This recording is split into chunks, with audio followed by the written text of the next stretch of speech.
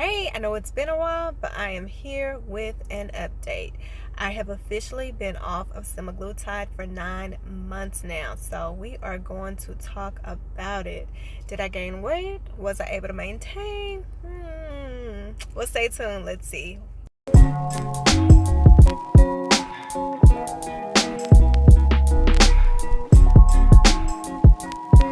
Okay, quick update. For full update, you'll have to see my previous video.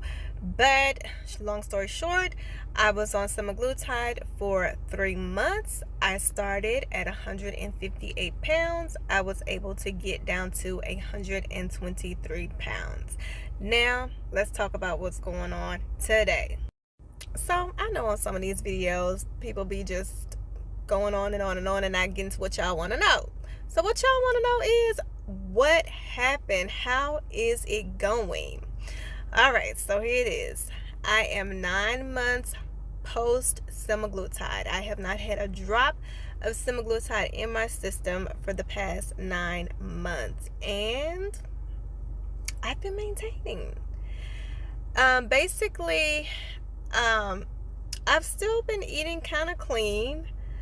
I still have not been able to get my eating habits to where they were prior to me taking semaglutide. Not that I want to, but I'm just saying, like, the excessive eating, I guess you want to say, or whatever, it just hasn't come back. Like, I have not gotten back to that type of appetite, which is a good thing.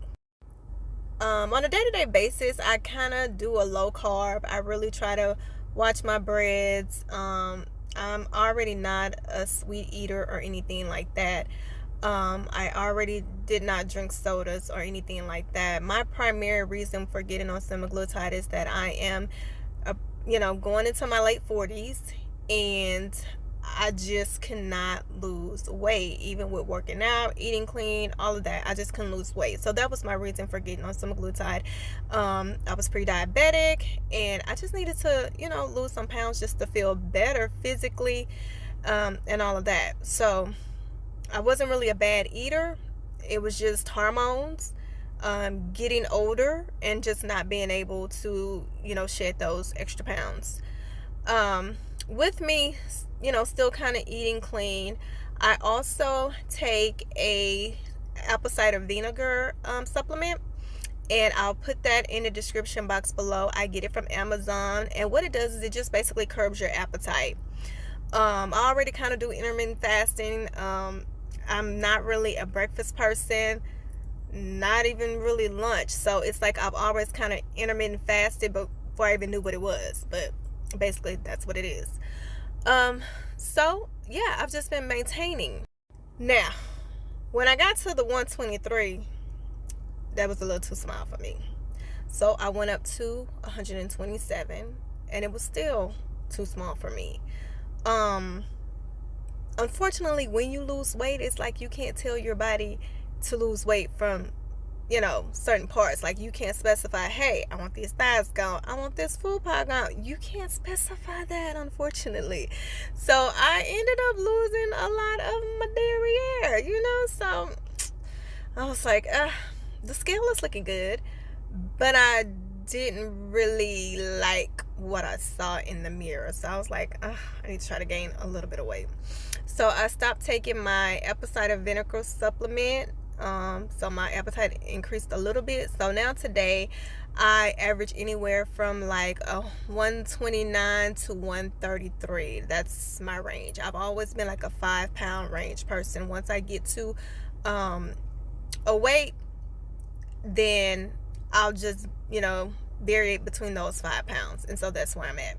And I think I'm comfortable with it. I honestly think I want to get to 135, but I don't want to see it on the scale, if you know what I mean. If I could just get it on my body but not see it on the scale, I'd be good. Because it's just something about once you lose this type of weight, of course it is something positive. You reached your goal, is something to celebrate and to be proud of. But it's something about when you start seeing that scale starting to creep up, it's like, even though you look fine with what you see in the mirror, it's like you kind of have that fear that you're retroverting back to where you were before. So it's really all a mind thing. So I think I'm gonna try to stay off the scale. I really don't get on it. The only reason why I really know what I weigh is because I recently had a doctor's appointment, and so that's why I know what I weigh.